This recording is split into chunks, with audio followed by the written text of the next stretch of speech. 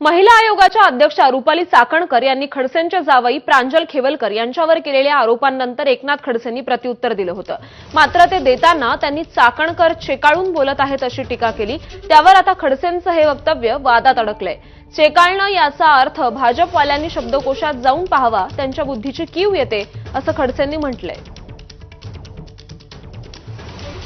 रुपाली चाकणकरांनी जे आरोप आता लावलेले आहे ते आरोप अशा रीतीने लावले की जसं काही पोलिसांची चौकशी रुपालीताईच करताय। रुपालीताईची आणि रोहिणीताईची किती मैत्रीपूर्व संबंध आहे हे तुम्हाला माहिती आहे आणि त्यामुळे रुपालीताई एवढं चेकाळून बोलताय।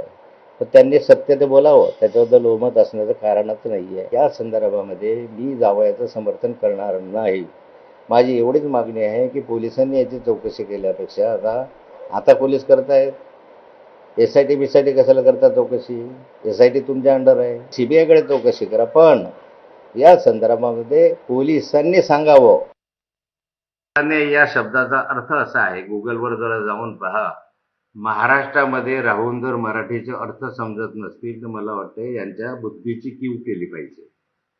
रुपालीताईंचा उल्लेख मी काल करताना रुपालीताई असा 13 वेळा उल्लेख केला। चेकाळणे याचा अर्थ आवेशणे, बेफाम होणे, भडकणे।